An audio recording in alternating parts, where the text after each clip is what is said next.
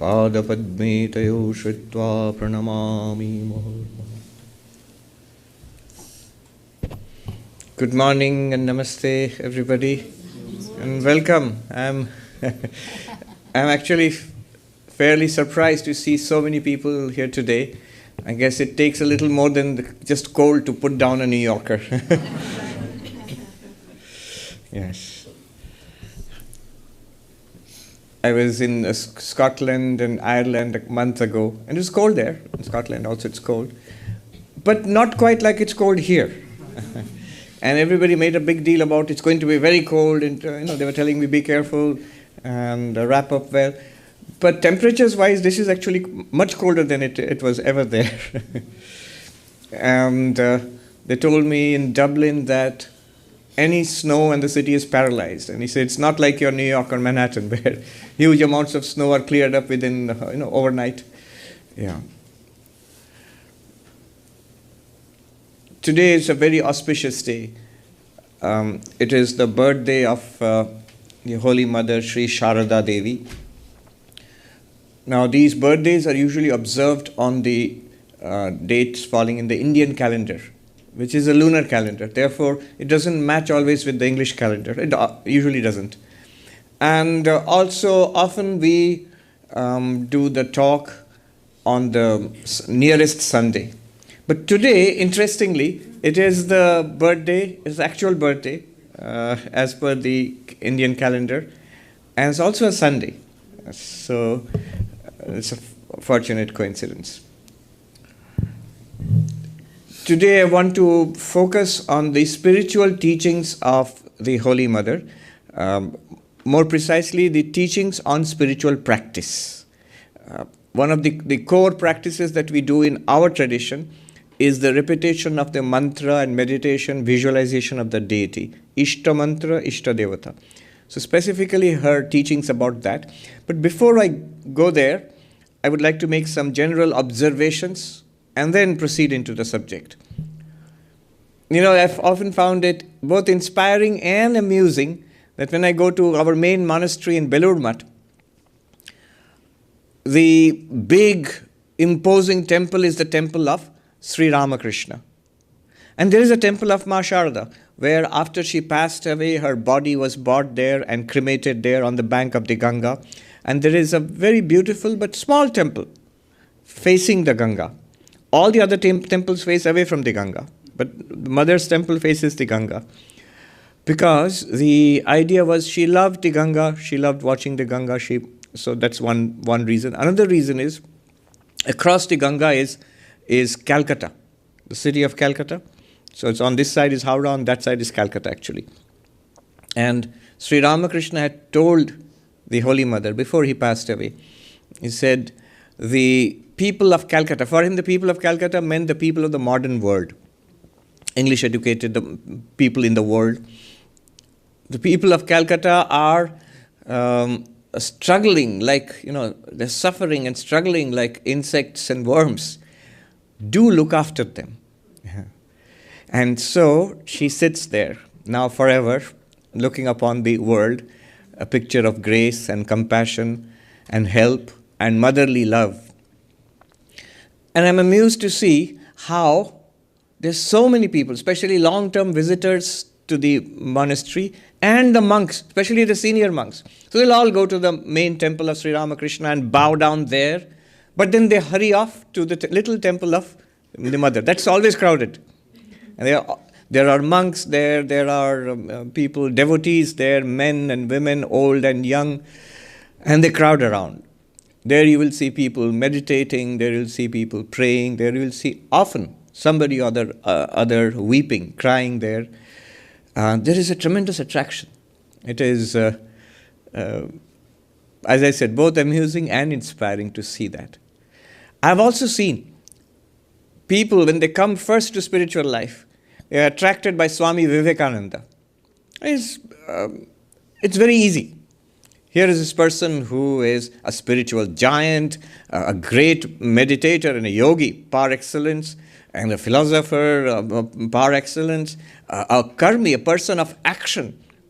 Just imagine what he did in his life In less than 10 years, from 1893 when he came to this country, and 1902, 4th of July, when he passed away at the age of 39. He used to say, I won't live to see 40. In 10 years, what did he do? He built a bridge between the East and the West, through which the entire spiritual heritage of India would flow out to the America, and through that, through the West. And this bridge is well and good. It's a well-traveled highway now.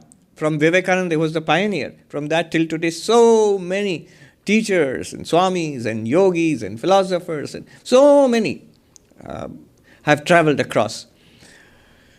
And then he went back. Vivekananda went back to India and roused his countrymen to a sense of their worth, their greatness, a sense of which led ultimately to the independence of India and all of that. So tremendous, the two things. One is spiritualization of world culture. The other one is awakening of India and rejuvenation of an ancient nation. All this young man achieved in 10 years, less than 10 years. And this is action. Although he would say that about Sri Ramakrishna and Ma Sharada, by their grace, thousands of Vivekanandas can be raised from the dust. And he was not given to exaggeration. He meant it. He meant what he said. So it's very easy to be attracted to Vivekananda and his every possible quality. But then as people mature in spiritual life, I have seen the focus shifts to Sri Ramakrishna. One begins to understand the tremendous depth, the profundity of what this person was, this incarnation of God. And then I've seen monks and devotees in the senior years shifting from Sri Ramakrishna to the Ma Sharada finally. That also I have seen. She is an amazing exemplar of Vedanta, of lived spirituality. Her life in comparison to Swami Vivekananda's life, in comparison to Sri Ramakrishna's life, her life seems a pretty ordinary life. And I think it's deliberately so. Deliberately so. If you see her life, read about her life, she always lived in the midst of people. If you compare with Sri Ramakrishna, who was always flying off into samadhis, he lived this extraordinary life. He was a spiritual adventurer, a spiritual explorer, pioneer adventurer. He was always going into samadhi, always having visions of the Divine Mother. And if you read about the accounts of his talks with the people around, they're always surrounded by spiritual seekers from different religions, from different parts of the world, different persuasions. And he's inspiring each in their own way and broadening their horizons. The day is spent in spiritual talk, in ecstasy, in meditation, in song, in ecstatic dance, in worship, day after day, month after month, year after year, till the glorious climax in the Kashipur garden house, when he passes away. That's one life. Vivekananda's life also, an action, a life of tremendous action. Whether in the heights of the Himalayas, wandering alone from the north to the south of India, in the huts of poor, starving peasants, illiterate peasants, in the palaces of Maharajas, kings, talking with philosophers and saints, with inspiring leaders and politicians and educators and social reformers, traveling across the world. Somebody called him the first international citizen, across the world. Here coming to this utterly new land for him. The first Hindu teacher to travel across the world. And spreading Vedanta, building this bridge between the East and the West. Going back to India, establishing our monastic order on a firm footing. Inspiring the whole country. A life of tremendous, it's a dramatic life. Already I think 2 or 3 good documentaries have been produced in the last 2-3 years. More have been produced earlier. In India, of course, there are full-length films on his life. In fact, Vivekananda's birthday is the National Youth Day, 12th January. So a life of tremendous dynamism, action, exciting life, really. In comparison to their lives, her life seems absolutely ordinary, very quotidian. She's always surrounded by people. And what kind of people? The household she's surrounded by? Yes, there are monks, there are spiritual seekers. But there are also her own relatives, her brothers, the greedy uncles, who know that sister has become very famous. She's somehow a spiritual leader. Anyway, a lot of rich people come to her. Maybe we can get some money out of her. And they did. And nephews and nieces, some of them mentally ill, many of them quarrelsome, disagreements among each other. She has to balance this whole thing. And the new monastic order, our order, Vivekananda has passed away. And these small group of monks are trying to establish this, get a foothold. And she's the guide now. She's the guide to a group of monks spreading an international order. She, this practically illiterate village girl. And she has to do all of that. And yet, if you see her life, if you see her day, a typical day, she gets up very early in the morning, finishes her meditation, and then it's a whole day of work. She cleans and cooks and speaks to people and arranges for people's stay, arranges for somebody's spiritual initiation. She gives spiritual initiation, she gives practical advice, she feeds people, takes care of the sick, settles disputes and problems, manages this difficult household. There are two places she mostly stayed. One is two very different places. One is rural India, in the little village of Jairambati, which is very orthodox, very old-fashioned. And remember, she was a widow in those days, a very orthodox, very restrictive atmosphere. For women in general, for widows, of course, it's a very difficult life. And she had to navigate all of that carefully. And the other part was in Calcutta, which was the capital of the British Empire at that time. A very different milieu. And there also there is this bustling ashrama which is centered around her. It's called Mother's House. Those of you who have gone there, you've seen that. And it's a very crowded part of the city. In the middle of that, she has to stay there. And she navigates this. I sometimes think that what she did, not 1 day, 2 days, but all her life. If Sri Ramakrishna was asked to do that, none of your ecstasies and singing and dancing. You have to cook and clean and take care of the mad aunt and the quarrelsome relatives. And he would have immediately flown into samadhi, No, she would have said, I don't see any of it. It's not there. Only God exists. And Vivekananda, if he had been told to do that, look after your mad aunt and cook and clean every day for the rest of your life and do the dishes, and that's it. No journeying across the world and giving lectures, and I think he would have run away to the Himalayas. Even what he did, that also he did not want to do, Vivekananda. He told Sri Ramakrishna, I won't do it. And Sri Ramakrishna says, your very bones will do it.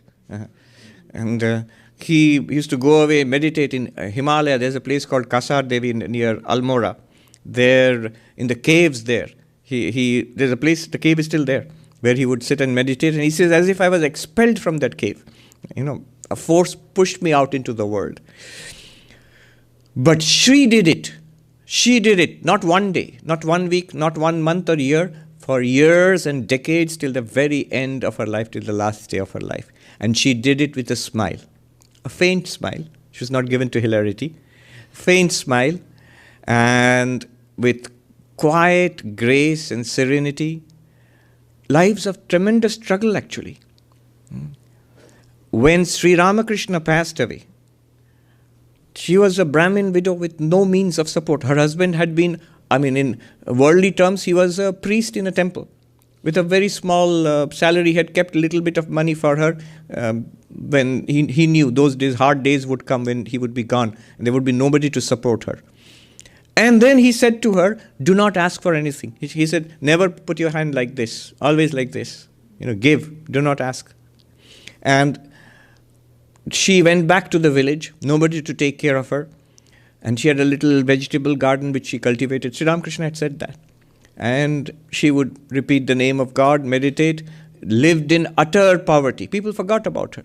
Even Vivekananda and the other monastic disciples, they were scattered, wandering across India. It's only in later years that you see hundreds, if not thousands of people gathering around her and ashrams coming up. But what is interesting is, even in those years, about 10 years, when nobody asked about her, she was completely forgotten, and utter dire poverty, she remained calm. And I have a feeling, if that had been continued till the end of her life, she would have calmly borne that also. And when everything changed, and so many people started coming, and so much responsibilities came upon her, she bore that also and executed all of that, did all of that with the same grace. And she said, in Bengali, Dukkho ki jani ne bapu, I do not know what sorrow is. And she would give all credit to Sri Ramakrishna. She said, he has left a picture of bliss in my heart. He has established this picture, big picture of bliss, a jar of bliss in my heart. My heart overflows with joy and serenity and peace. So that was her. Before we go into the spiritual instructions, because when we talk about the spiritual instructions, she's as a guru. But I want to dwell on the motherhood side of Sharada Devi. She said, he has gone. Sri Ramakrishna left the physical body, but he has left me behind to show the motherhood of God. That in this age, specifically in this age, in our age, the age we live in, the motherhood of God, all aspects are always true, but the motherhood of God is especially efficacious in this age, especially powerful in this age. This is the age of woman, of the rise of woman. And you see, not so much in the 19th century, late 19th century, early 20th century when she lived, but starting from that time, in the West and in India and all over the world, it's a silent revolution that has happened across the world in the lives of women and transforming all of society in the last 100 years. Now we see it. And it's an ongoing and ever-changing process, a growing process.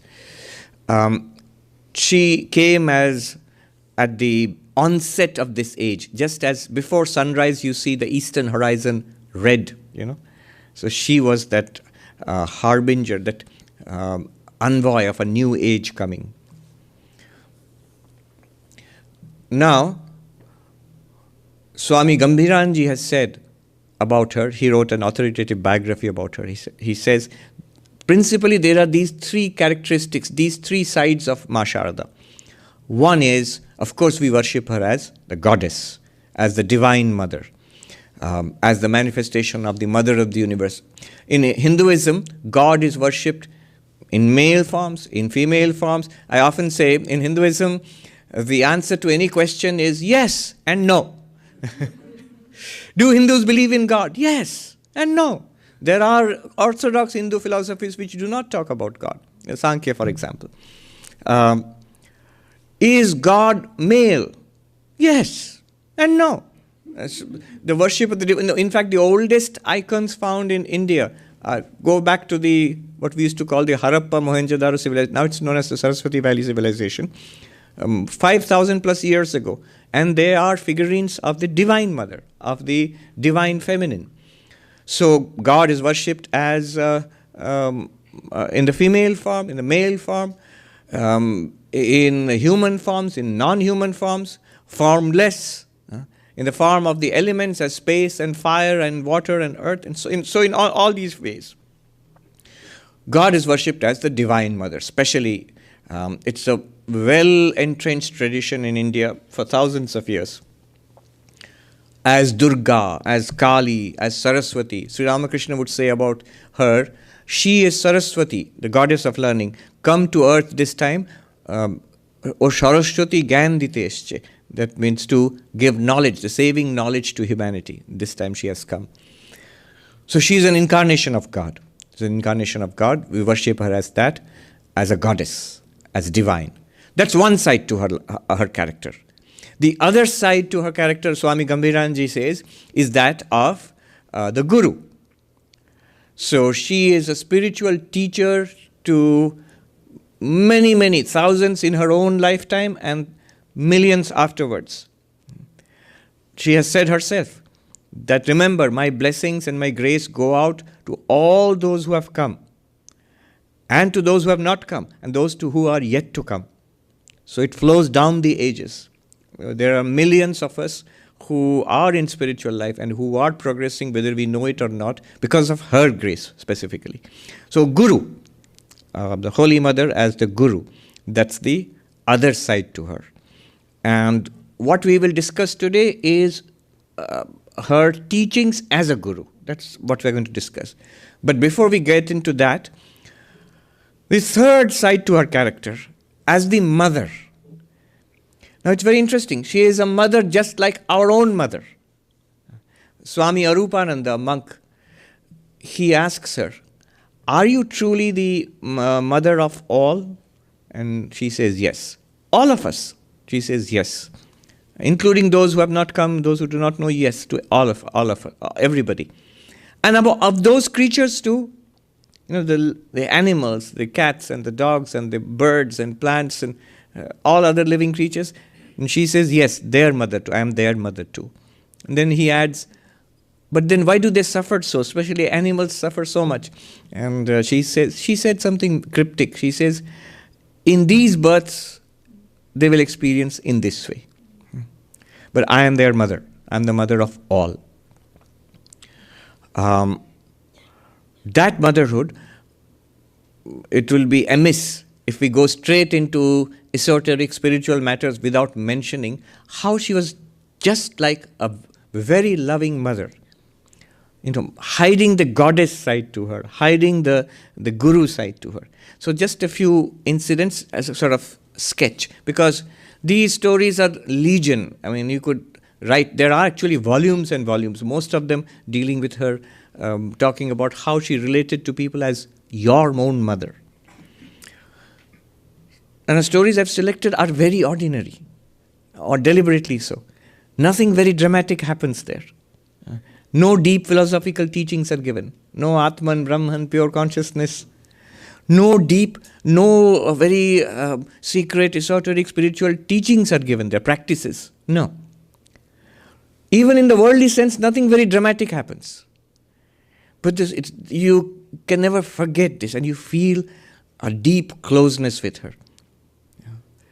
The reason why she is the mother, spiritually, what good is it for someone to be your mother? So you're very close to your mother. And spiritually, it is very efficacious, it's very powerful if you can somehow make God your own. So when we use terms like God, Brahman, pure consciousness, automatically the language itself distances us from it.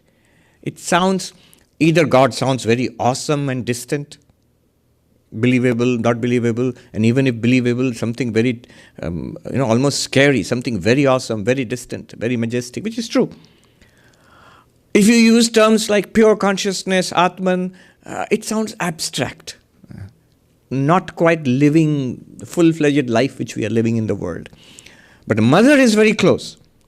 And if the mother is also spiritual, and the mother is also God, then God automatically, immediately becomes the closest, the most powerful spiritual practice, the most powerful, most effective, and quickest spiritual practice is to make God our very own.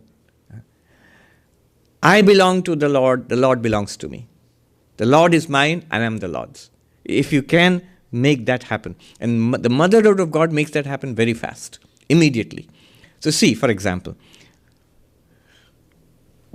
I'll talk about maybe just three instances before going on. One is in the village in Jairambati, in that context, in that atmosphere. The second story is set in the city of Calcutta, in the mother's house in Calcutta. Third one also in the mother's house in Calcutta.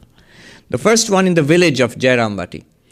Now, those who have gone there, you know what I'm talking about. If you have not visited, now it's become like a small town. But the mother's house, the place exactly where she lived, has been preserved the way it was when she was there. So they are actually huts, a complex of huts. And in those days, even now also, you will find they're surrounded by rice fields, large rice fields extending to a distance. A little distance, there's a small river which runs. And it's a household. There are women there. and there are children there, and adjacent the group of monks live there. So it's quite a complex. And visitors come, strangers, but they have heard of the mother and they come. Remember, this is long before the internet. You can't look her up on Google and find the Yelp ratings and whatnot. They've just heard of her.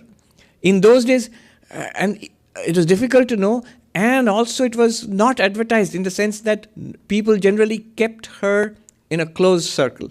Like she belongs to us and she should not be exposed to the wide world outside. So for many years, she was not very widely known outside the circle of devotees and monks. But some people would hear, word of mouth. Like that, a family comes. It's a very representative story. That's why I'm telling the story. So a family comes, father, mother, they were young husband and wife, and they had 4 children. The youngest one, 4 little children, the youngest one was a baby in arms. So they come. Now, this story I've taken from the mother as I saw her, Swami Sarvapriyananda ji, Gopesh Maharaj, who was a monk who lived there at that time and served the mother for many, many years. So many wonderful stories we get from him, and he has a nice touch in the pen, how he expresses it. He says, look at it from their perspective. This family who have come from a distant village and they have traveled days. Now we might find it amusing that the distance they traveled, we'll cover it in a single day, a few hours journey by car today. But those days, they had to go by bullock cart and boat and walk. And it would take days. Especially if you had small children with you, it would be difficult. So they have traveled and traveled and traveled and come to this strange new village, and to this person whom they have heard about, the mother, but they don't know her. So I'm just I'm quoting from Swami Sarvapriyananda's account. They have come with hopes. What exactly do they want? They also don't know that. But they have just heard about her, and they have been pulled somehow. They feel a pull, and they have taken a great deal of trouble to come there. And when they come there, they don't know anybody there. They stand rather lost in front of the hut, and they find this hut. It's a small place. And they see it's already full of people. And they are feeling a little lost and uneasy. Maybe we shouldn't have come. We'll put these people to trouble. And we don't know anybody here really. And while they're standing like that, somebody asks them and they say, we have come to see the mother. The mother is told about them and she says, call them in. And they come in and she receives them like long lost children, You have come, I'm so happy to see you. We'll make arrangements for you. Have the children eaten? What do she makes arrangements for milk for the little baby and food for one child was sick, medicine for the baby was sick. So medicine for the baby. And she talks to the woman as if she is her own daughter. Within minutes, they feel entirely at home. And this monk gives a very nice and amusing description. Within the hour, we saw that the young mother who had come with the children, she is happily going with a group of women with pitchers to the river to take her bath and gossiping with them and talking happily and laughing with them. And the man, the father, he has made friends with the monks and the other devotees and is sitting and chatting with them. They have become part of the house within the hour, just because of the mother. And they stayed there. She spoke with them. She gave them spiritual initiation, mantra diksha, to the father and the mother, the husband and the wife. And they stayed overnight. And next day, they left early because they had to traverse a long distance. They bowed down to the mother. And she is as if seeing of her own children. She had tears in her eyes in one day.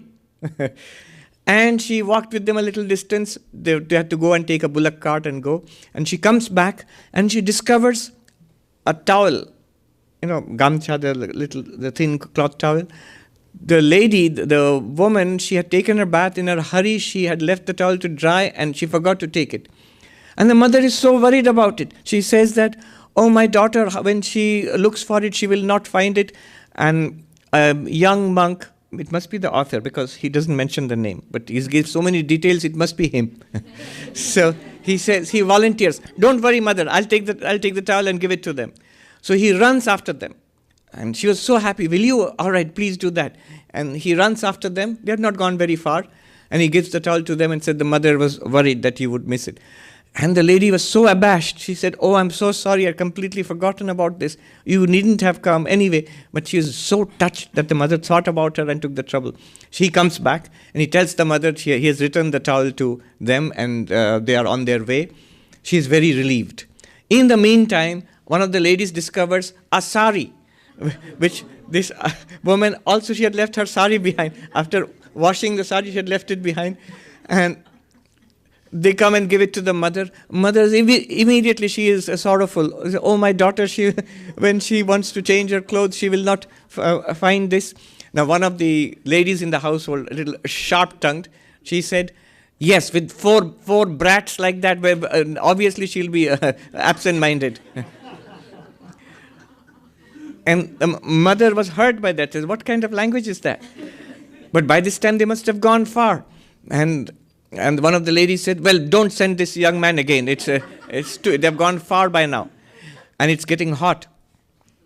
But this monk, it must be him, he says that seeing the mother's face, it's obviously downcast, I couldn't bear it. And he said, don't worry, mother, they haven't gone very far. I'll give it to them. I'll return the sari to them. And he takes it. And the mother is very concerned. It's become very hot. Take an umbrella. So he goes and he writes, they had gone very far. So these details make me feel that he must be the one who's... But he is modest, so he doesn't give his own name. He goes and catches up. They were on the bullock cart already. He catches up with them. Luckily, bullock carts don't move very fast.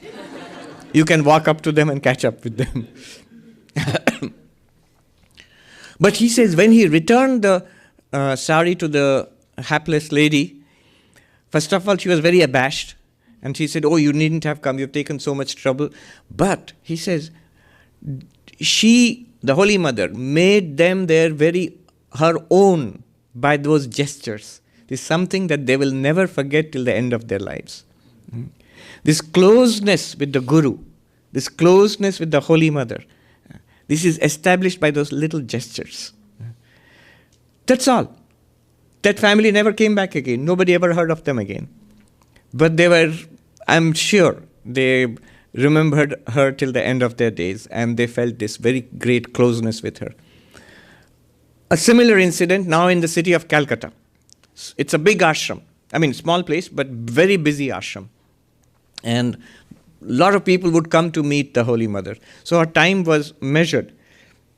And she had to perform the worship in the morning. After the worship was performed, the food offerings would be distributed to the devotees. There will be people waiting. Everything had its own time. Now, among the visitors, a couple came, this time a husband and wife, from a distant village. And they had come to meet the mother. Now, they came and they were ushered in by the monk. This is much more formal setting, not like the village. So they came in. And there were other people waiting, and the whole day is there ahead of her. They sat down and they started talking. And she was so, approachable to them. They immediately felt that they were at first, they were awed. Who's this, a great spiritual teacher maybe? But now they feel she's just like an ant in our village. And they start talking to her. And then they start gossiping. It's nothing very spiritual. The rainfall in the village at that time, and how's the crop this year, and their financial problems. Nothing to do with spirituality at all. And she's listening with great interest and asking questions here and there. To the annoyance of the monk who was attending at the doorstep. After some time, he came in and these are village folk. They don't understand the subtle gestures. The meaning of the monk's glare at them. And once or twice he tried to intervene, to no avail. Mother, and the description is very nice, mother and her children who are visiting her, they were merrily talking and gossiping. And there were people outside waiting. Finally, this monk had to intervene. He came and said, Mother, people are waiting, and you have to finish the worship, and then, there is lunch ahead of us, and they have taken up all the time. The mother's reply was so touching. something across the ages. She says, no, my children have come for the first time in my life, in their life, in my life, for the first time in their lives, they have come to meet me, my son and my daughter.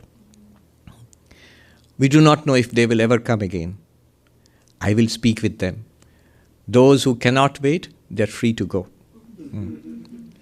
I'll speak with them as long as they want to speak to me. And she sat with them, and she spoke with them till they left. Fully, they were fed, and they were very happy and joyfully they left. Quite unconcerned about the chaos they had caused. This reminds me, not related, this reminds me of Swami Vireshwarananda ji, Prabhu Maharaj, who was the 10th president of the order, of the Ramakrishna order. He, when he was the president of the entire order, now part of the daily routine of the president of the order in the main monastery in India is that the president goes to the various temples early in the morning. And it's an occasion, people gather around to watch that. He goes in there and he bows down to Sri Ramakrishna and then the other temples and so on. Now that day, a monk who saw this told me. He said, we were there. The president, Swami Vireshwaranji, came into the temple. He was elderly, of course, he was being helped up. And when he came in front of, those who have seen the main monastery in India, Belur, the image of Sri Ramakrishna in the main temple. So he comes in front of that. Now what happened was, everybody standing to the side, the monks and the devotees with hands folded. A rickshaw puller from the street outside, which is, nowadays you won't see much of that. You still see the rickshaws, but he had almost like a little half dhoti around his waist. He has come in and he fell down flat in front of Sri Ramakrishna in a pranams, full pranams on the ground, Sashtanga pranams, blocking the president of the Ramakrishna order. And this monk, who told me the story actually, he said, I stepped forward to remove him, to tell him to get up quick. Everybody's there. And he's quite oblivious. He's a poor man. He doesn't understand all these social niceties. So I was going to go forward, and Swami Vireshwaranji, he was a tiny old Swami. He caught hold of my arm like this and pulled me back. And he held me until that poor man, he got up and he walked away. Quite oblivious of what was going on around him.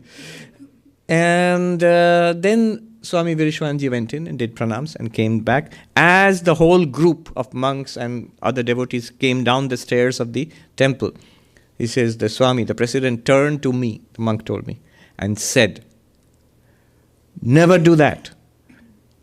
The president of the Ramakrishna order and a rickshaw puller at the gates of Belur Mutt, they're exactly the same before Thakur. Never do that. Yes. That was the mother's attitude. That's the second story. Again, you see, nothing very deeply philosophical or spiritual, but making everybody her own child, as if. One more, and then we'll move ahead. There was this person who worked in the ashram in Calcutta, in the mother's house in Udbodhan. Young man, Chandra Mohan Datta. He had come from Bangladesh, what is now Bangladesh, and he was very poor. But somehow he got in touch with the ashram there and he got a little job. He used to do odd jobs for the Holy Mother. And the salary was not much, but he used to get something which he could at least send home. And he lived he became quite dear to the Holy Mother and to the other monks, so they all got to know him. He became quite a character, a very simple, guileless young man. His worry was he was married and he had children, and in Bangladesh, in the village where they lived. So a few years passed like this, and one day he got message from Bangladesh that the great river Padda, it had overflown its banks. It's one of the recurring floods. And the village had been drowned, and his family was basically destitute. They were out on the streets. Now, this young man in Calcutta, in those days, travel and all it's quite a big deal actually to go from one city to another. He almost went out of his mind with worry, because he had heard that his wife and children were out on the streets, or almost helpless. What could he do? When the Holy Mother, when she heard about it, she would feel so deeply, She called him and assured him, and then she started collecting money on his behalf. and managed to collect some 300 rupees in those days, which is a fairly large sum, and then gave the whole money to him and said, go there, put a roof over their heads and come back. And he did that. The monks who wrote this incident, he said, in the years later, when the Holy Mother herself had passed on, every time Chandra Mohan Datta, he would refer to this incident, which had happened decades ago. He couldn't help crying. He would sit and weep. Now, this Chandra Mohan Datta was very close to, he was very dear to the monks and to the Holy Mother. So there's a funny incident which shows her motherhood, at the same time the divinity in her. One day, Swami Shuddhananda asked Chandra Mohan, they were all going to the Ganga for a bath. You are so close to the Holy Mother, you have got free access to her. Every day you go and you ask for prasad. Prasad is what we had this little while ago, the offered food, the sacred food. So she gives you a sweet and you are satisfied with that. But do you know she is the mother of the universe? You should ask for a greater thing. And he was very guileless. He said, what should I ask for? He said, can you go and ask for liberation, moksha, liberation from the cycle of birth and death? And he was so guileless. He said, all right, I'll do it right away.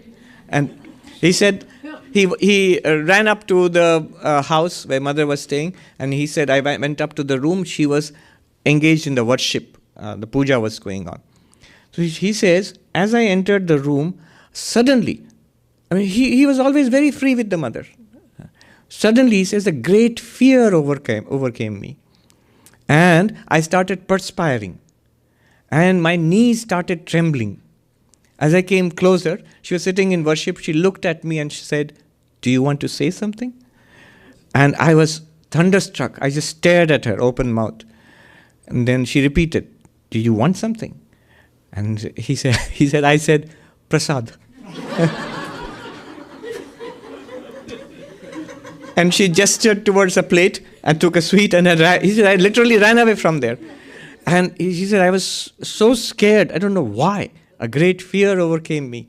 I was shaking and trembling, and I went and told Swami Shuddhananda about what had happened and the other monks. And he says, it took me several hours before I could calm down that day.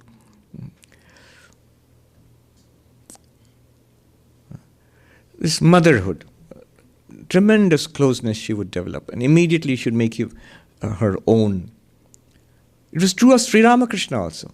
We don't see that side so much because at this distance, but Swami Vivekananda said, for us Sri Ramakrishna was love personified. L-O-V-E, love. He would spell it out, L-O-V-E, love. Long before spiritual teachings, long before meditation and samadhi and Vedanta and all of that, what really pulled us to him and bound us to him was love.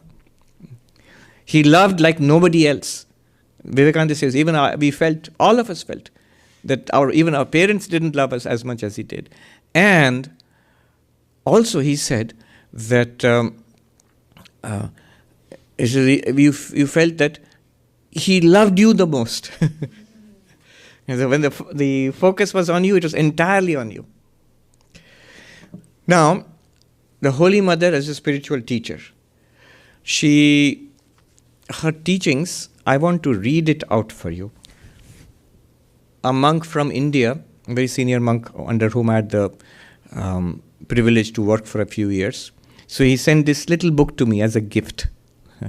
Sri Maya Rupadesh, the spiritual instructions of the Holy Mother. So I'll just read out some select instructions. And I want to read it out and instead of just telling you, because it's important to be precise about the words, exactly what she said. You want to know what she said, not what Sarvapriyananda thinks she said. So I'll read that out. Her primary mode of spiritual instruction was what is called mantra diksha, initiation into a mantra. That was the primary mode of teaching, of spiritual instruction.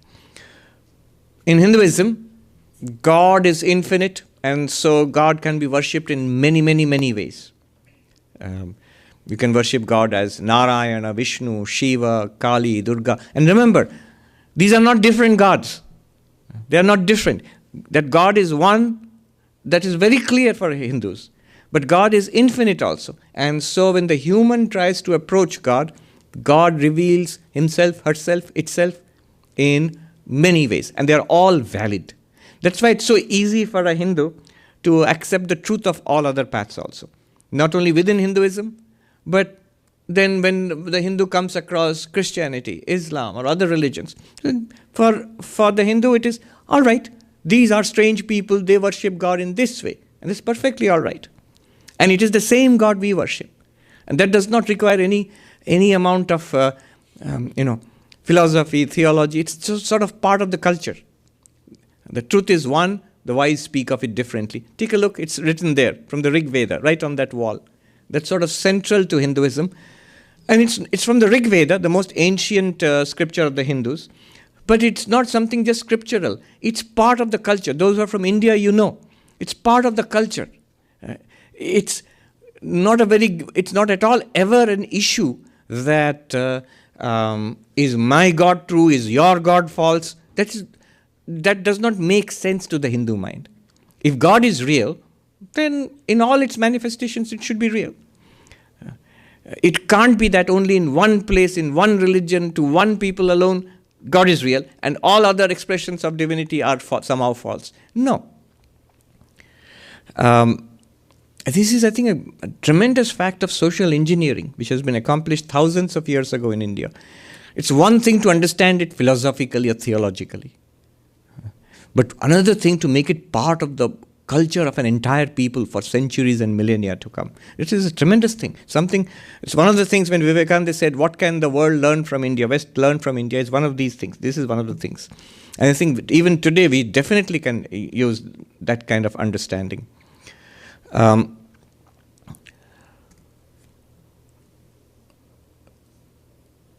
So, then if all these ways are true, then how does the Hindu worship?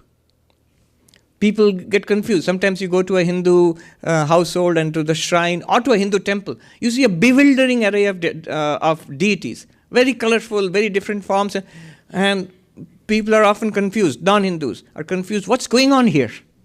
It's like a museum of religion. Such a variety of things.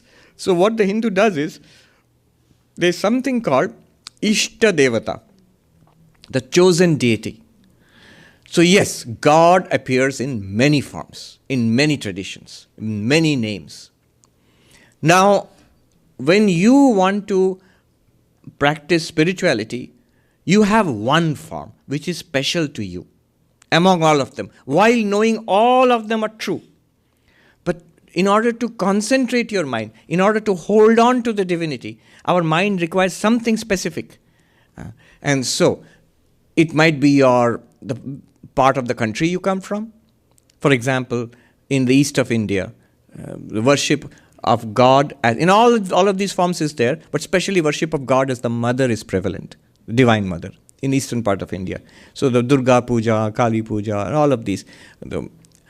In the southern part of India, Kartikeya, Subramanya Swami, that is central. It might be the part of India you come from or the branch of Hinduism you come from. If you're a Vaishnava, your Ishta Devata is likely to be Vishnu or Narayana, or it could be Rama or Krishna. Or it could be that you are initiated into it as part of a family tradition, a particular Ishta Devata. Or you have selected it by going to a guru who has given you that particular Ishta Devata. In many, many ways, so the Hindus, practicing Hindus, not always, often have an Ishta Devata. And the guru often indicates the Ishta Devata to you and gives you the way of meditating on the Ishta Devata and also a sacred mantra, which is usually a group of Sanskrit words, maybe 3 words. And this mantra is given by the guru. It's private. It's to you. The guru may give the same mantra to millions of people, but for you it is your own personal mantra, not to be revealed to anybody else, not to be shared. So your Ishta Devata and your Ishta mantra are very private to you. This is how the Holy Mother would transmit spirituality. She would give the spiritual seeker, if you wanted initiation, she would give you an Ishta Devata and she would give you the mantra for that. And she would teach you how to repeat the mantra. And it would be a very simple ceremony. These Ishta Devatas and these mantras were given to her by Sri Ramakrishna. And she initiated, and he taught her how to repeat those mantras and what results to expect from them and all of that. And she passed it on to thousands of her disciples and made it part of our spiritual tradition also. So the mantras that are given now, and Ishta Devata which is given now, is part of, not all of, but part of what she used to do.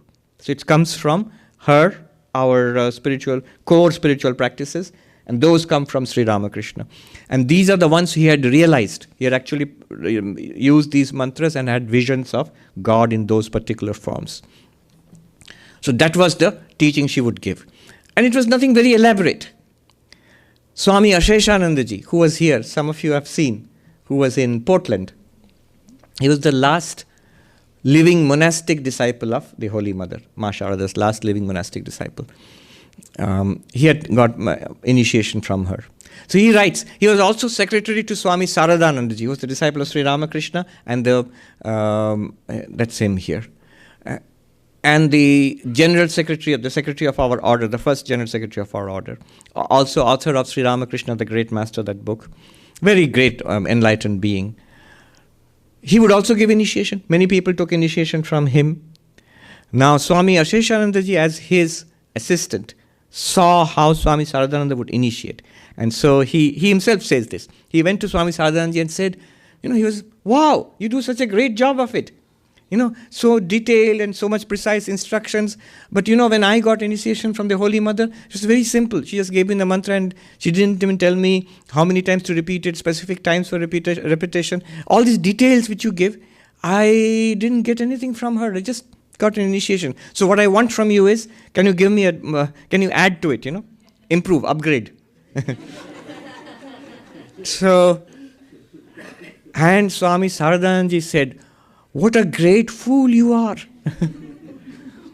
What she has given you, nobody else can give, and it is enough.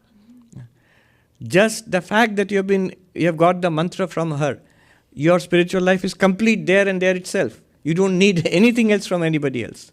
Just hold on to what she has said.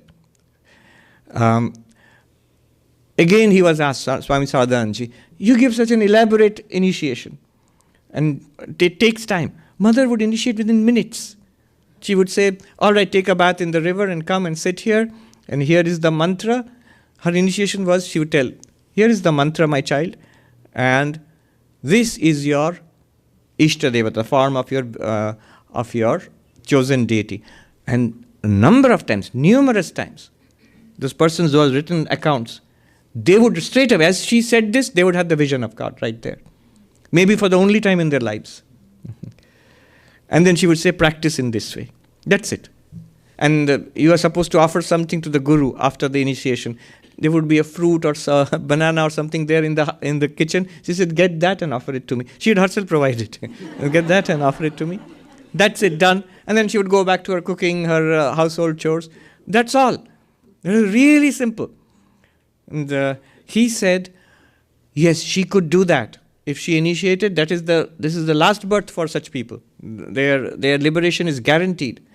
But it is not so for me. He says, for me, in my case, remember, he's a disciple of Sri Ramakrishna and himself an enlightened person, a Brahmagyani. He says, I have to pray and meditate for a long time until I am sure that the Master, Sri Ramakrishna, has accepted this person. Then I give the mantra. But that itself is very impressive, that he would actually feel that Sri Ramakrishna is accepting that person.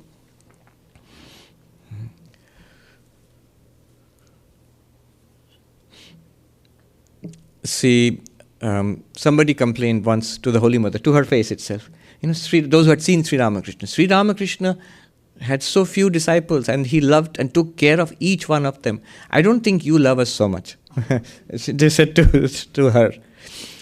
And she said, well, he selected and chose the best for himself. Sri Ramakrishna was very selective. He took only these 16 direct disciples and a few householder disciples, all of whom became enlightened within months or years. But he selected, and he carefully avoided the rest. And he would do that all the time. People would come to see. The Holy Mother never did that, but he would do that. And people would come to see and listen to him. Somebody is not interested, And he would say, you can go and look at the temples. The others would sit and listen. Take a walk.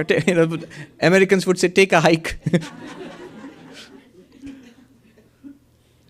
Then she says, he selected the best for himself. To me, he has shoved towards me a whole line of ants. Ants. If you are in India, you will see when the ants go, they march in a line. There are many of them, but they are all ants. And she says to me, so the whole large numbers of people come to her. Hundreds, thousands. She was very gentle, but she was under no illusion who they were. But the difference is, she'd never said no. Somebody asked her, so do you give initiation? Do you take responsibility for the spiritual life? Do you do so because you want to? And she says, no. I do it out of compassion. What can I do? They come and they weep, and I can't bear to see them suffer. She said once, even to Sri Ramakrishna, if somebody asks me for something saying mother, ma, I cannot refuse. She has admitted to a weakness, and we should latch on to that weakness. Yes. She used to bring food for Sri Ramakrishna, and Sri Ramakrishna said, don't let anybody else touch it. I can't eat if other people touch it. Those who have questionable character or sinful character or something. And once this lady, a lady devotee, she said, Mother, let me take the plate to Sri Ramakrishna today. She said, Ma. And she gave it immediately. Sri Ramakrishna did not eat. And then she called her and she said, why did you give that the plate to that woman? And now I can't eat. Now instead of apologizing or changing it, she said no. She said, if somebody asks me, calling me Ma, I cannot refuse. And Sri Ramakrishna accepted that and he ate. So that's the way to get to him also. Through her. Yes. This is very deep actually. This is put in a very simple, homely way, but it's very deep. It's part of the doctrine of the Catholic Church. Mary is intercessor. Mother Mary. So what role does she have? She has a role among the saints. She is special because even if we do not deserve it, the grace of God can be made to flow to us because of her kindness. So the mother, if we really want, she will intervene on our behalf. The same monk who has written these reminiscences, Swami Sarvapriyananda, he says, one night, very touching story, in the village, I heard a scraping sound in the courtyard outside, past midnight. And he says, I went outside and what sight did I see?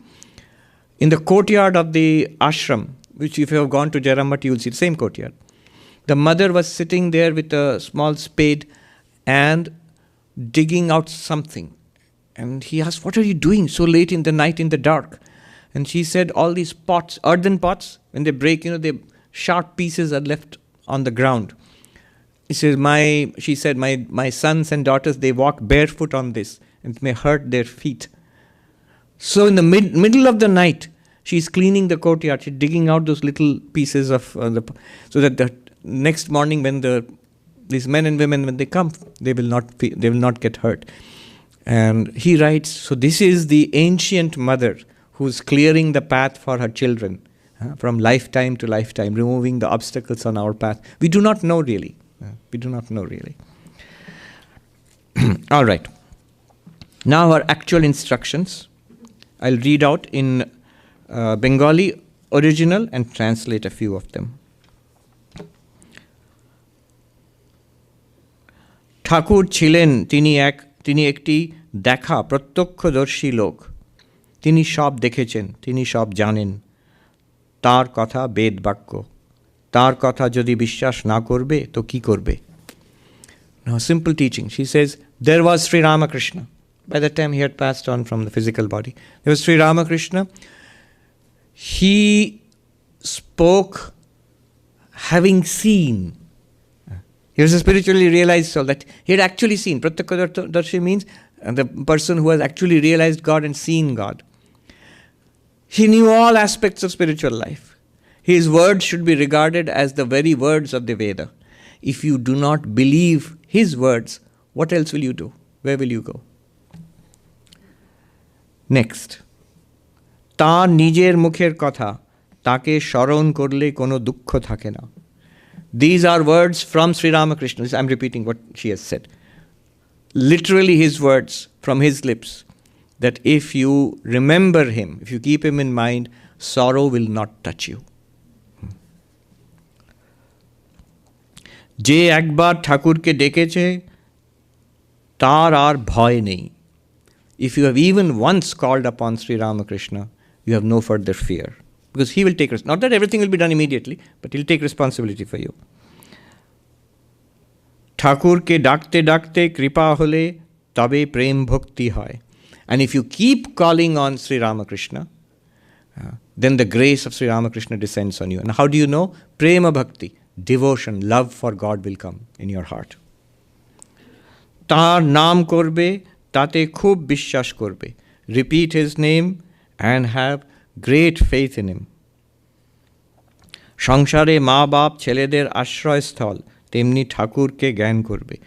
Just as you find refuge in your father and mother in the world, in the worldly life, as a child, think of Sri Ramakrishna like that. ঠাকুর আর কোথায়? তিনি ভক্তের নিকটে. Where is Sri Ramakrishna, if you ask? He is very close to the devotee, the one who loves God. মনে ভাববে আর কেউ না থাক আমার একজন মা আছেন. Remember, always remember, if there is nobody else in your life also, remember I have a mother. ঠাকুর যে বলে গেছেন এখানকার সকলকে তিনি শেষ দিনে দেখা দেবেনই. She says he has promised that those who come here, now come here means come to Sri Ramakrishna, come to the Holy Mother, those who come here, he will appear to them in their last day. At the point of death, he will come for them.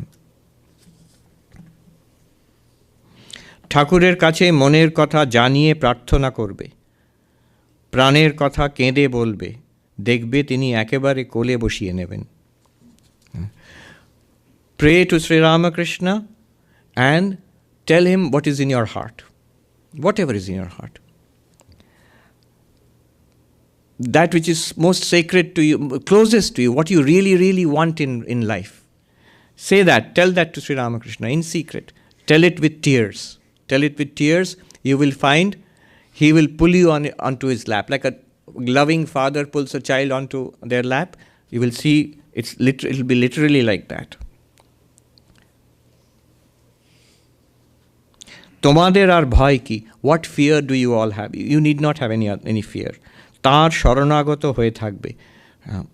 Live with remaining in taking refuge in the Lord. Take refuge in the Lord. আর সর্বদা জানবে যে ঠাকুর তোমাদের পেছনে আছেন. And always remember Sri Ramakrishna is behind you. ঠাকুরের শরণাগত হলে সব হয়. Taking refuge in Sri Ramakrishna, you will accomplish everything. That is in spiritual life.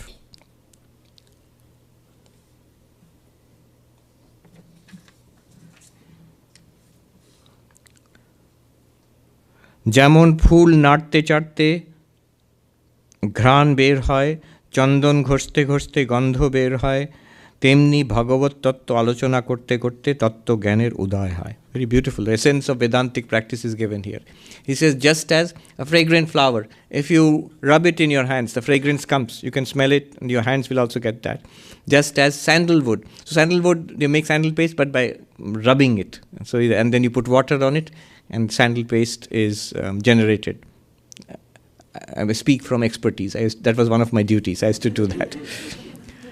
And so the fragrance of sandalwood comes out by rubbing it. Similarly, she says, Bhagavat Tattva Alochana Korte Korte. Talking about, reading, thinking about God, Vedanta, and all of that, devotional texts, thinking about it, reading about it, discussing it. Tattva Gyan Udaya Hai, realization of the truth will arise. ধ্যান না হয় জপ করবে, জপাত সিদ্ধি, জপ করলেই সিদ্ধি লাভ করবে. Even if you cannot meditate. She was aware. Meditation is not easy at all. Even if you cannot meditate, repeat the mantra. Do japa, repetition of the mantra. And she utters a well-known Sanskrit saying, Japat Siddhi. From repetition of the mantra, from japa, comes success in spiritual life, comes God realization. মন না বসলেও জপ করতে ছাড়বে না, তোমার কাজ তুমি করে যাও, নাম করতে করতে মন আপনি স্থির হবে. Now, even if the mind does not settle down on God, don't stop the repetition of the mantra. Keep on doing what you have to do. You have been told to repeat the mantra. Repeat the mantra. You have not been told to make the mind absorbed in God and attain samadhi. That will come. But what we can do is repeat the mantra. She says, repeat the mantra. And naam korte korte, by repeating the name of God, the mantra given to you by the Guru, the mind will ultimately become steady. She gave a lot of emphasis on repetition of the mantra. সব সময় ঘড়ির কাঁটার মতন ইষ্টমন্ত্র জপ করবে. Very precise instruction. She says, just like the ticking of a clock, keep on repeating the mantra given to you by the Guru. This is actually a devotee who, after getting initiation from the Holy Mother, he asked, give me one instruction. And she pointed to a small clock. In those days, you had to wind up the clock. So it was on the mantelpiece or something, or on the table, I think. She pointed to that and said, look at that second hand. She says, look how it ticks away.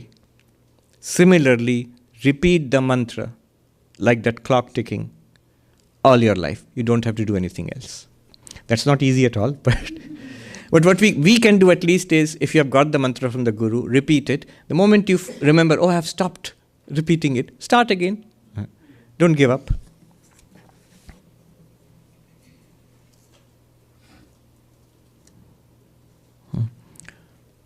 She says about idleness. She says, when I was in Dakshineshwar in the Kali temple, and Sri Ramakrishna was there, I used to get up at 3 a.m., she says, and meditate. Now, one day I was not keeping well. I was sick, and I lay in bed for a little longer. The next day also I was late in getting up, and the third day I realized that laziness had taken hold of me, and so I forced myself to get back to the earlier routine of getting up at 3 a.m. And so she says, don't give in to laziness. The mind, if you let go, it will drop. Resolutely stick to, not that you have to get up at 3 a.m. in Manhattan, but whatever is possible. I remember I was a typical college kid when I became a monk, and they said, well, from tomorrow you have to get up early.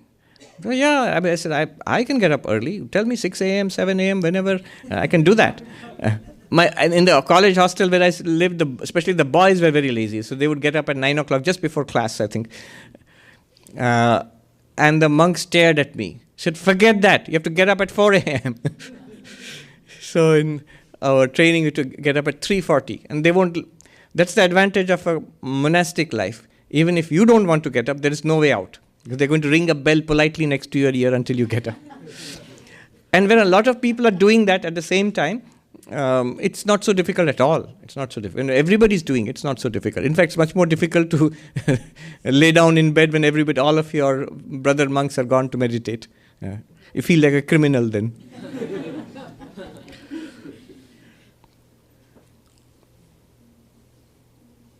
জপ সংখ্যা কর গণনা এসব শুধু মন আনবার জন্য, মন এদিক ওদিক যেতে চায়, তবু এইসবের দ্বারা এদিকে আকৃষ্ট হয়. So then how many times should I repeat the mantra? How do I repeat? There's a technique. The Guru shows you how to repeat the mantra. She says all that number of times to repeat the mantra and the technique of repeating it, all of those are to control the mind. The mind gets scattered here and there. So you give the mind a task. You have to repeat it so many times. And you have to repeat it in this way, at this time. These are basically ways of bringing the mind, focusing the mind on God. Don't give them overdue importance. So there's that very amusing story. When she was in the mother's house, Ma Sharda, one of the monks, Purnananda, who was a doctor, now they had fixed times for meals. So when the night meal bell rang, he wouldn't come. And others would finish their meal and go. And the monk in charge of the kitchen was furious because he had to wait with the plate of food for this monk to come, who would come invariably much later. So this complaint went to her. So this was the kind of thing she had to deal with.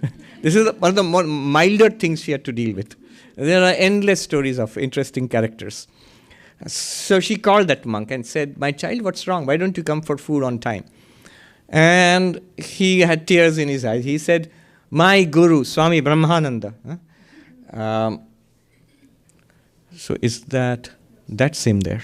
That's him there. Swami Brahmananda. He has told me that every night you have to repeat the mantra 10,000 times. And keep track. If you keep count. If you lose count, start from the beginning again. And if you don't do it, all your practices will be eaten up by a Rakshasa, a demon. A demon from hell will come and eat up all your practices. When she heard this, she could be quite like a little girl. She burst out laughing. She said, "Rakhal has told you this. Swami Brahmananda has told you this." He said, "Yes." And then she smiled. She said, "My child, you are young. Your mind wavers. That's why, in order to fix your mind, he has told you this. So what you do is keep track of the mantra. When the bell rings, come for food, eat food, go back, and then finish your mantra count. So no harm will happen. The Rakshasa, the demon won't come and eat." He says, "No, nothing will happen." All sorts of characters. There was this, among the long queue, and the queue of ants, as you would say, they would come to bow down to her. There was one man who came and bowed down to her very respectfully and banged his forehead against her toe. It hurt her. And others rushed to her and said, "Why did you do that?" She said, "So that she'll remember me." All sorts of people.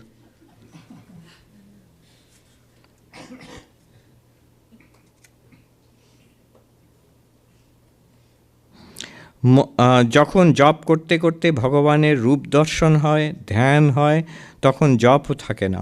ধ্যান হলো তো সবই হলো।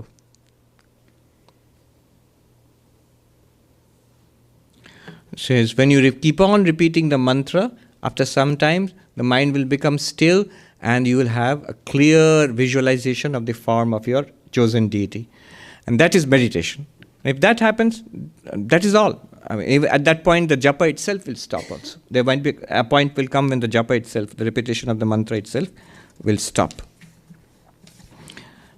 It's a really, truly beautiful collection. Very precise, very powerful, very practical. The main thing about the mother is that she is a living force. Like Sri Ramakrishna, she is a living force. It's not that he's a person who was there and is now gone. No, she is available to us. She listens to prayers and she responds. You can see that again and again, especially if you go to Belur, the temple there, in your own shrine where you worship at home, your connection to the mother. She is there, she listens, she gives solace, comfort, she gives strength, guidance, and she is there for us in this life and in the end of our days and beyond also. It is mentally just take refuge in her and then she takes responsibility. We feel, I am not doing enough repetition of the mantra, I am not doing enough practice, or I keep forgetting God. Well, that's good. It's good to be alert and try to remember God, and that's the teaching, to repeat the mantra, hold on to God consciously as much as possible. But remember, even more powerfully, God is holding on to us. There might come a time in our lives, who knows, we see people who die in a coma or physically very ill. When you are physically very ill, the mind also becomes weak and it's almost impossible to do any kind of practice at that point. Remember, even if you cannot do it, somebody told me, an elderly person, that, now I can't meditate and repeat the mantra anymore. It's difficult for me. I can do it, but it's difficult for me. I feel physically weak and... Well, that's only a tiny part of our spiritual life. The bulk of our spiritual life, the real responsibility lies with her. And she will hold on to us. The child doesn't have to hold on to the mother. The mother holds on to the child. Our prayer to Ma Sharada, to Sri Ramakrishna, Swami Vivekananda, is may they hold on to us in this life till the end of our days and beyond. May they never deprive us of their grace. May their grace ever be showered on us. May they bless us with devotion. May our minds be turned Godward. She says in one place, a person she gave initiation to, and the person asked, and I don't know what kind of person asks this, right after initiation from her, asks, Mother, if I don't repeat the mantra, what will happen? If I don't do any practice? And the answer is very interesting. My child, you have taken refuge in me. In the end of your days, Sri Ramakrishna will come for you. That is certain. Know that for certain. However, if you want joy and peace in this life, while living, then repeat the mantra. Yes. I will take care of you, she says. At the end of your days, I am there. But in this life, if you want peace.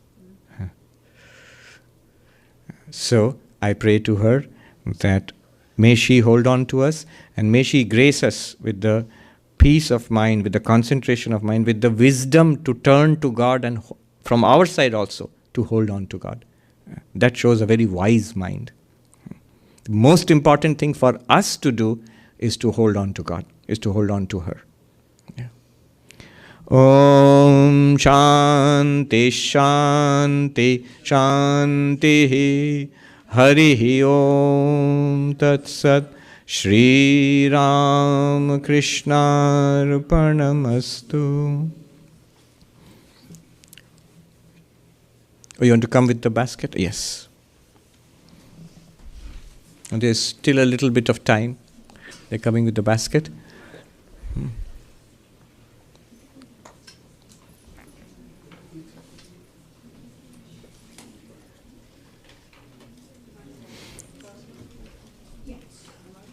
Did you want to make an announcement? Yes.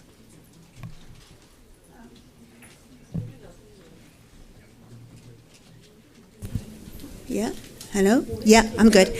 Just a reminder that prasad will be brought up to you in the little boxes and you can take it with you, please. Thank you. The one thing that the mother would always be particular about is have her children eaten. Yes.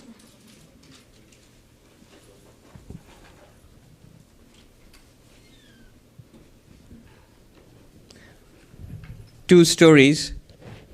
One is the grace of the mother. One day, this is monk whose source I'm using, he says one day the mother was sitting in the village in Jairambati and speaking like a soliloquy to herself. The day has gone by, nobody has come for initiation. For nobody has come. Will this day go to waste? That she's there, she wants to give initiation. Although it would affect her very badly. When she initiated people, her health would suffer. She would often get a burning sensation in her foot when people touched her. There is this touching story of Narayan Iyengar, who had come from the south, and he was very careful about not touching her feet. And she noticed this, and she said, "What of it, my child? We have been born," we means she and Sri Ramakrishna, "to absorb your sorrow and your suffering. That's why we are here. Do not worry." She said, you touch my feet. So one day she was sitting and thinking, nobody has come today. And within minutes, 3 people turned up from Calcutta. They had come from Calcutta. They are carrying a letter from Swami Brahmananda. "Would you please initiate these 3? And the mother looks at them. And it seemed like respectable gentlemen from Calcutta. But she looks at them and she says, "Oh my God, Rakhal, Swami Brahmananda. Children send nice gifts to their parents. Huh? And what has Rakhal sent for me?" And she refused to initiate them. And they were devastated. They were horrified. Because she had seen they had such bad karma. And they wept. And then finally she said, "All right, this is why I have come. Let it be so. This is Thakur's work. I will initiate you to come in the morning tomorrow." So she initiated all of them. And then they went back and they reported it to Belur Math. So there's a very interesting description of a scene. Swami Brahmananda is sitting there, Swami Shivananda and Swami Premananda. And it was read out that those 3 gentlemen, they had come to Swami Brahmananda, he refused to initiate them. And he sent them to the mother. So when it was read out to him that they have been initiated, duly initiated by the mother, it's written that Swami Brahmananda, he sat with, he became very grave. He sat with a far-off look in his eyes.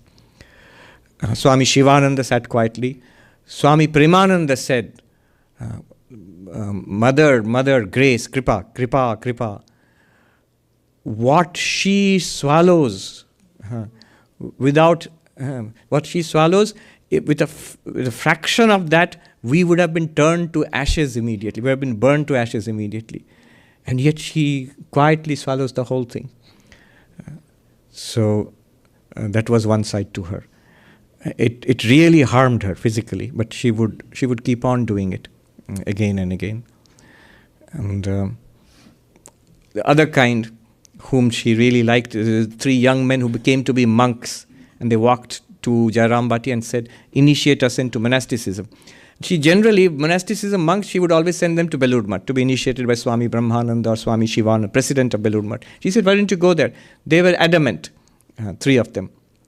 And then she finally said, all right, come tomorrow. And she gave them these ochre robes. But she said, take your monastic names from Swami Shivananda. And she blessed them. And they said, we want to go off to the Himalayas and beg for our food and meditate there. She said, no. If you are insisting on leading an austere life, then walk from here to Banaras, Kashi, begging for food and sleeping under the trees on the way. But there you stay in the ashram. There, don't wander around, and then you practice your meditation, your spiritual practices and japa and all that. And then she prayed to Sri Ramakrishna that I have given them this monasticism, that, oh my Lord, protect their monastic vows and make sure that they don't go hungry, that wherever they wander, let them at least get food to eat. And out of them, one of them became the president of the Ramakrishna order, Jiten, Swami Vishuddhanandaji. Another one, Swami Shantanandaji, he was well known as a Brahmagyani. I've seen people who have seen them. There's three monks. All right.